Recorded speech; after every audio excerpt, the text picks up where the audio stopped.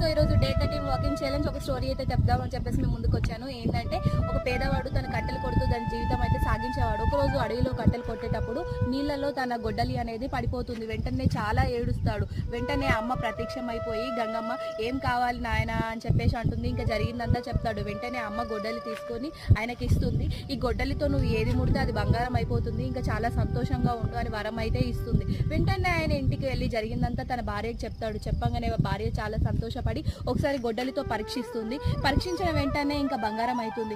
అప్పుడు చాలా సంతోషంగా కోటీశ్వరులు అయితే అయిపోతారు.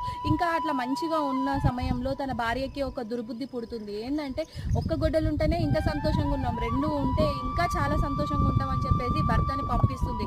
వెంటనే ఆయన వెళ్ళి అలానే కావాలని గొడ్డలి నీళ్ళల్లో అయితే పడేస్తాడు. ఈసారి అమ్మవారు ప్రత్యక్షం కారు, ఇంకా గొడ్డలి కూడా తిరిగి రాదు. ఈ కథ యొక్క నీతి ఏంటంటే ఆశ ఉండాలి కానీ అత్యాశ ఉండకూడదు. Thank you for watching.